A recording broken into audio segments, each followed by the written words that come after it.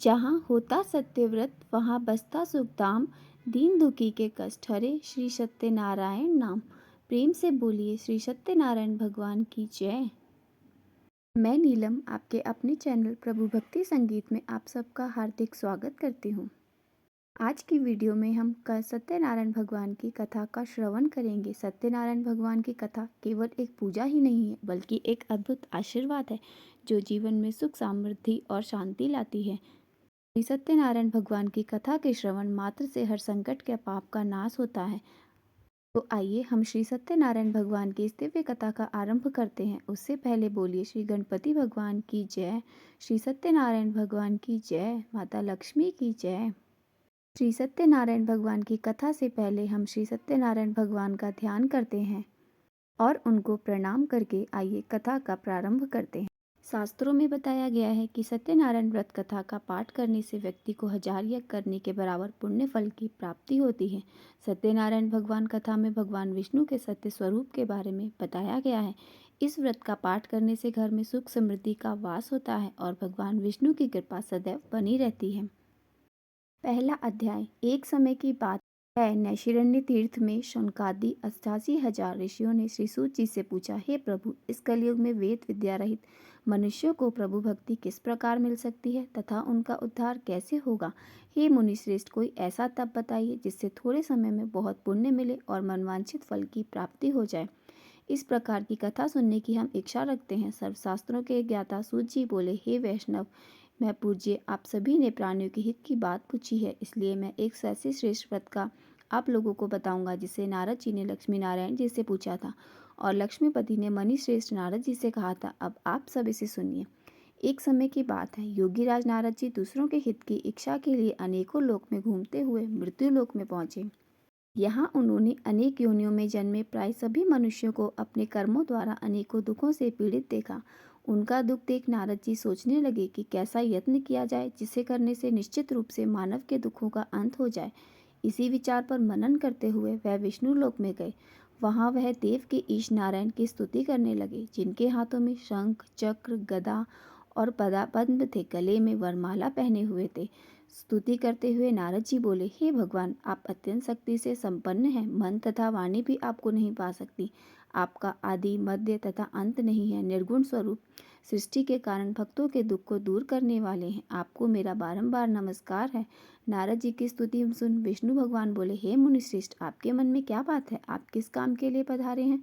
उसे निसंकोच कहो। इस पर नारद मुनि बोले कि मृत्यु लोक में अनेक योनियों में जन्मे मनुष्य अपने कर्मों के द्वारा अनेक दुख से दुखी हो रहे हैं। हे नाथ, आप मुझ पर दया रखते हैं तो बताइए कि वो मनुष्य थोड़े से प्रास से अपने दुखों को कैसे छुटकारा पा सकता है। श्री हरि बोले, हे नारद, मनुष्यों की भलाई के लिए तुमने बहुत अच्छी बात पूछी।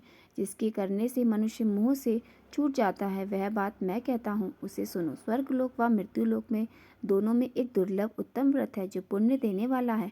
आज प्रेमवश होकर मैं तुमसे कहता हूँ। श्री सत्यनारायण भगवान का यह व्रत अच्छी तरह विधान पूर्वक करके मनुष्य तुरंत ही यहाँ सुख भोग कर मरने पर मोक्ष प्राप्त करता है। श्रीहरि के वचन सुन नारद जी बोले कि उस व्रत का फल क्या है, उसका विधान क्या है, यह व्रत किसने किया था, इस व्रत को किस दिन करना चाहिए, सभी कुछ विस्तार से बताएं। नारद जी की बात सुनकर श्रीहरि बोले, दुख व शोक को दूर करने वाला यह सभी स्थानों पर विजय दिलाने वाला है। मानव को भक्ति श्रद्धा के साथ शाम को श्री सत्यनारायण भगवान की पूजा करके धर्मपरायण होकर ब्राह्मणों व बंधुओं के साथ करनी चाहिए।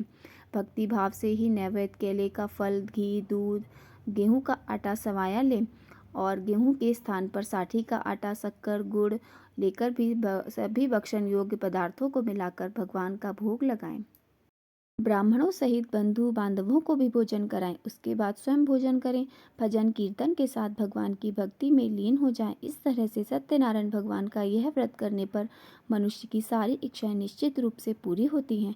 इस काली काल अर्थात कली युग में मृत्यु लोक में मोक्ष का यही एक सरल उपाय बताया गया है। श्री सत्यनारायण व्रत का पहला अध्याय संपूर्ण। बोलिए श्री सत्यनारायण भगवान की जय। सत्यनारायण भगवान की व्रत कथा का दूसरा अध्याय।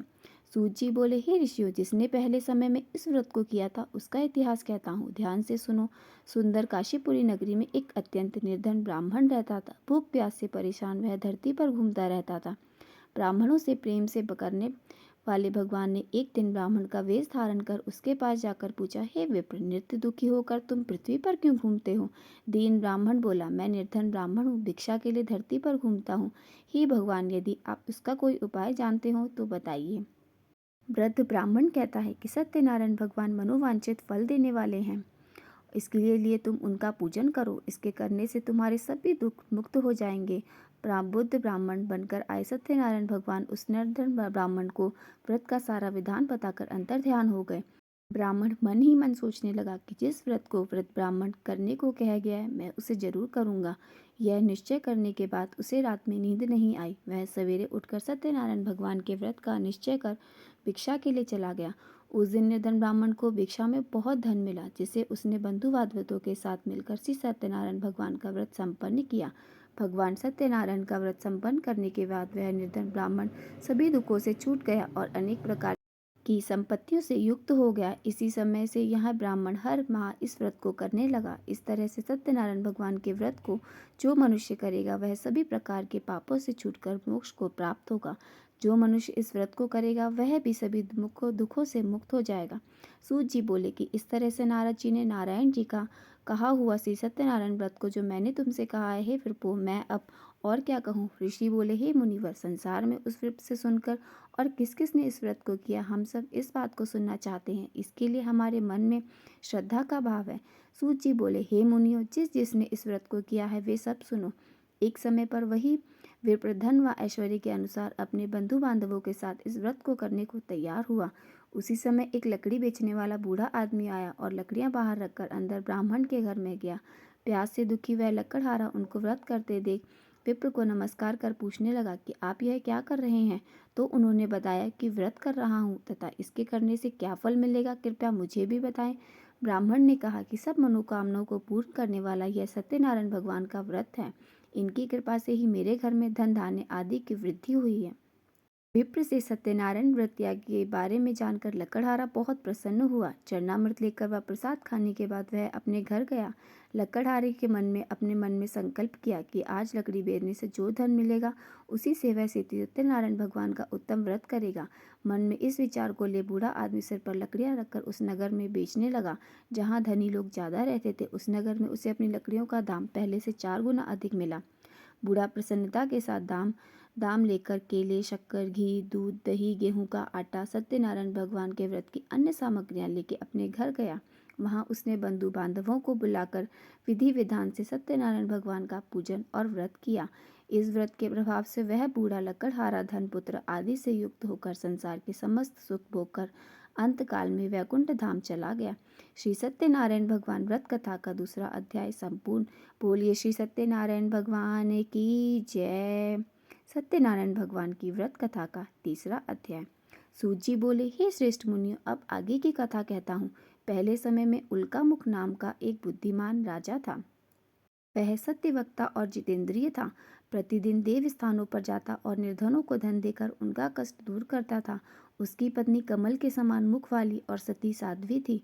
भद्रशिला नदी के तट पर उन दोनों ने श्री सत्यनारायण भगवान का व्रत किया। उसी समय साधु नाम का एक वैश्य आया।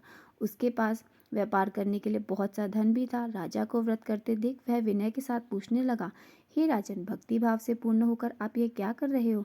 मैं सुनने की इच्छा रखता हूँ, तो आप मुझे बताएं।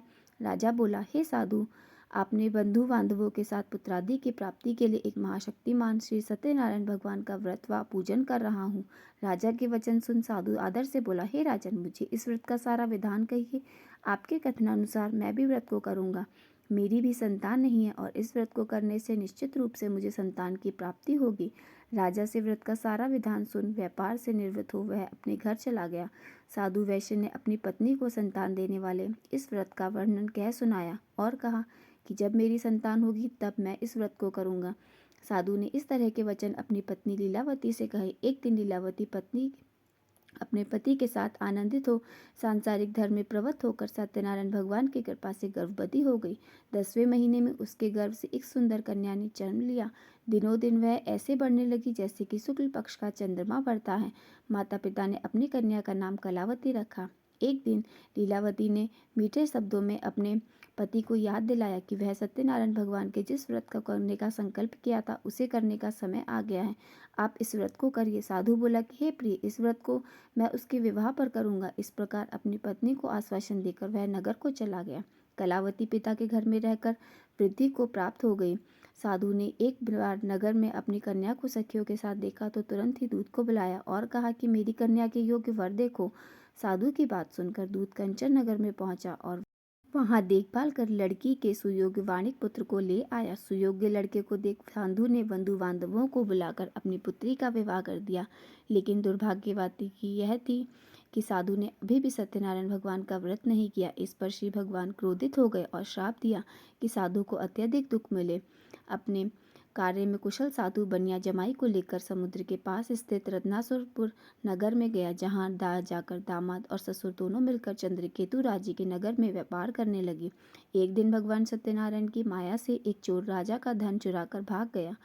उसने राजा के सिपाहियों को अपना पीछा करते देख चुराया हुआ धन वहीं रख दिया जहां साधु जमाई के साथ ठहरा हुआ था। राजा के सिपाहियों ने साधु वैश्य के पास राजा का धन पड़ा देखा तो वह ससुर जमाई दोनों को बांधकर प्रसन्नता से राजा के पास ले गए और कहा कि उन दोनों को चोरों को हम पकड़ लाए हैं, आप आगे की कार्यवाही की आज्ञा दीजिए। राजा की आज्ञा से उन दोनों को कठिन कारावास में डाल दिया गया और उनका सारा धन भी उनसे छीन लिया गया। श्री सत्यनारायण भगवान से श्राप से साधु की पत्नी भी बहुत दुखी हुई। घर में जो धन रखा था उसे चोर चुरा ले गए। शारीरिक तथा मानसिक पीड़ा व भूख प्यास से अति दुखी हो अन्न की चिंता में कलावती के ब्राह्मण के घर गई। वहां उसने सत्यनारायण भगवान का व्रत होते देखा। फिर कथा भी सुनी और प्रसाद ग्रहण कर वह रात को घर वापस आ गई। माता के कलावती से पूछा कि हे पुत्री, अब तक तुम कहाँ थी? तेरे मन में क्या है? कलावती ने अपनी माता से कहा, हे माता, मैंने एक ब्राह्मण के घर में श्री सत्यनारायण भगवान का व्रत देखा है। कन्या के वचन सुन लीलावती भगवान के पूजन की तैयारी करने लगी। लीलावती ने परिवार व बंधुओं के सहित सत्यनारायण भगवान का पूजन किया और उनसे वर मांगा कि मेरे पति तथा जमाई शीघ्र घर आ जाए। साथ ही यह भी प्रार्थना करी कि हम सब का अपराध क्षमा करे। सत्यनारायण भगवान इस व्रत से संतुष्ट हो गए और राजा चंद्रकेतु को सपने में दर्शन देकर कहा कि हे राजन, तुम उन दोनों वैश्यों को छोड़ दो और तुमने उनका जो धन लिया है उसे वापस कर दो। अगर ऐसा नहीं किया तो मैं तुम्हारा राज्य व संतान सभी को नष्ट कर दूंगा। राजा को यह सब कहकर वह अंतर्ध्यान हो गए। प्रातःकाल सभा में राजा ने अपना सपना सबको सुनाया और फिर बोले कि वणिक पुत्रों को कैद से मुक्त कर सभा में ले आओ। दोनों ने आते ही राजा को प्रणाम किया। राजा मीठी वाणी में बोला, महानुभावों, भाग्यवश ऐसा कठिन दुख तुम्हें प्राप्त हुआ, लेकिन अब तुम्हें कोई भय नहीं है। ऐसा कह राजा ने उन दोनों को नए वस्त्राभूषण भी पहनाए और जितना धन उनका लिया था उससे दुगना धन उन्हें वापस किया। दोनों वैश्य अपने घर को वापस चल दिए। श्री सत्यनारायण भगवान कथा का 3रा अध्याय संपूर्ण। बोलिए श्री सत्यनारायण भगवान की जय। सत्यनारायण भगवान की व्रत कथा का 4था अध्याय। सूत जी बोले, वैश्य ने मंगलाचार कर अपनी यात्रा आरंभ की और अपने नगर की ओर चल दिए। उनके थोड़ी दूर जाने पर एक दंडी वेशधारी श्री सत्यनारायण ने उनसे पूछा, हे साधु, तेरी नाव में क्या है? अभिमानी वाणिक हंसता हुआ बोला, हे दंडी, आप क्यों पूछते हो?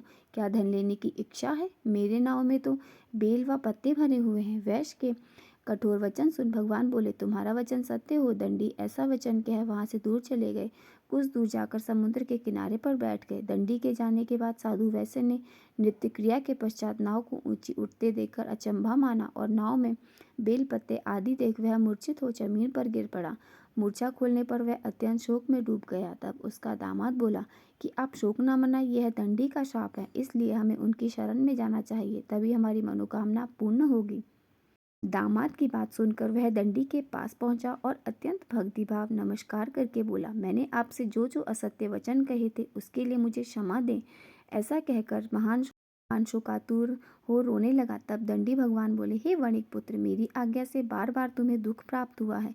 तू मेरी पूजा से विमुख हुआ। साधु बोला, हे भगवान, आपकी माया से ब्रह्मा आदि देवता भी आपके स्वरूप को नहीं जानते, तब मैं अज्ञानी कैसे जान सकता हूँ? आप प्रसन्न होइए, अब मैं सामर्थ्य के अनुसार आपकी पूजा करूँगा। मेरी रक्षा करो और पहले के समान नौका में धन भर दो। साधु वैश्य के भक्तिपूर्वक वचन सुनकर भगवान प्रसन्न हो गए और उसकी इच्छा अनुसार वरदान देकर अंतर ध्यान हो गए। ससुर जमाई जब नाव पर आए तो नाव धन से भरी हुई थी। फिर वही अपने साथियों के साथ सत्यनारायण भगवान का पूजन कर अपने नगर को चल दिए। जब नगर के नज़दीक पहुंचे तो दूत को घर पर खबर करने के लिए भेज दिया गया। दूत साधु की पत्नी को प्रणाम कर कहता है कि मालिक अपने दामाद सहित नगर के निकट आ गए हैं। दूत की बात सुन साधु की पत्नी लीलावती ने बड़े हर्ष के साथ सत्यनारायण भगवान का पूजन कर अपनी पुत्री कलावती से कहा कि अपने पति के दर्शन को जाती हूँ, तू कार्य शीघ्र पूर्ण कर लेना। माता के ऐसे वचन सुन कलावती जल्दी में प्रसाद छोड़ अपने पति के पास चली गई। प्रसाद की अवज्ञा के कारण श्री सत्यनारायण भगवान रुष्ट हो गए और नाव सहित उसके पति को पानी में डुबो दिया। कलावती अपने पति को वहां न पाकर रोती हुई जमीन पर गिर पड़ी। नौका को डूबा हुआ देख वह कन्या रोता हुआ साधु दुखी होकर बोला कि हे प्रभु, मुझसे तथा मेरे परिवार से जो भूल हुई हो उसे क्षमा करें। साधु के दिन वचन सुनकर सत्यनारायण भगवान प्रसन्न हो गए और आकाशवाणी हुई, हे साधु, तेरी कन्या मेरे प्रसाद को छोड़कर आई है, इसलिए उसका पति अदृश्य हो गया है। यदि वह घर जाकर प्रसाद खाकर लौटती है तो इसे उसका पति अवश्य मिलेगा। ऐसी आकाशवाणी सुन कलावती घर पहुंचकर प्रसाद खाती है और फिर आकर अपने पति के दर्शन करती है। उसके बाद साधु अपने बंधु बांधवों सहित श्री सत्यनारायण भगवान का विधि विधान से पूजन करता है। इस लोक का सुख भोग वह अंत में स्वर्ग जाता है। श्री सत्यनारायण भगवान व्रत कथा का 4था अध्याय संपूर्ण। बोलिए श्री सत्यनारायण भगवान की जय। सत्यनारायण भगवान की व्रत कथा का 5वां अध्याय। सूची बोले, हे ऋषियों, मैं और एक कथा सुनाता हूँ, उसे भी ध्यानपूर्वक सुनो। प्रजा पालन में लीन तुंगध्वज नाम का एक राजा था। उसने भी भगवान का प्रसाद त्याग कर बहुत ही दुख सहन किया। एक बार वन में जाकर वन्य पशु को मारकर वह बढ़ के पग पेड़ के नीचे आया। वहां उसने ग्वालों को भक्ति भाव से अपने बंधुओं सहित सत्यनारायण भगवान का पूजन करता देखा। अभिमानवश राजा ने उन्हें देखकर भी पूजा स्थान में नहीं गया और ना ही उसने भगवान को नमस्कार किया। ग्वाला ने राजा को प्रसाद दिया, लेकिन उसने वह प्रसाद नहीं खाया और प्रसाद को वहीं छोड़कर अपने नगर चला गया। जब वह नगर में पहुंचा तो वहां सब कुछ तहस नहस हुआ पाया, तो वह शीघ्र ही समझ गया कि यह सब भगवान ने ही किया है। वह दोबारा ग्वालों के पास पहुंचा और विधि पूर्वक पूजा करके प्रसाद खाया तो श्री सत्यनारायण भगवान की कृपा से सब कुछ पहले जैसा हो गया। दीर्घ काल तक सुख भोगने के बाद मरणोपरांत उसे भी स्वर्गलोक की प्राप्ति हुई। जो मनुष्य परम दुर्लभ इस व्रत को करेगा तो भगवान सत्यनारायण की अनुकंपा से उसे धन धान्य की प्राप्ति होगी। निर्धन धनी हो जाता है और भय मुक्त हो जीवन जीता है। संतानहीन मनुष्य संतान सुख मिलता है और सारे मनोरथ पूर्ण होने पर दानव अंत काल में वैकुंठ धाम को जाता है। सूची बोले, जिन्होंने पहले इस व्रत को किया है अब उनके दूसरे जन्म की कथा कहता हूँ। सतानंद ब्राह्मण ने सुदामा का जन्म लेकर मोक्ष की प्राप्ति की। लकड़हारे ने अगले जन्म में निषाद बनकर मोक्ष प्राप्त किया। उलामुख राम का राजा दशरथ होकर वैकुंठ को गए। साधु नाम के वैश्य ने मोरध्वज बनकर अपने पुत्र को आरे से चीरकर मोक्ष पाया। महाराज तुंगध्वज ने स्वयंभू होकर भगवान में भक्ति युक्त होकर कर्म कर मोक्ष पाया। श्री सत्यनारायण व्रत कथा का 5वां अध्याय संपूर्ण। बोलिए श्री सत्यनारायण भगवान की जय। यहाँ पर श्री सत्यनारायण भगवान की कथा के सारे अध्याय संपूर्ण होते हैं। आशा करती हूँ आपको आज की मेरी ये वीडियो पसंद आई होगी। अगर आपको ये कथा पसंद आई हो तो वीडियो को लाइक और मेरे साथ जुड़े रहने के लिए चैनल को सब्सक्राइब करना ना भूलें। बोलिए श्री सत्यनारायण भगवान की जय। माता लक्ष्मी की जय हो।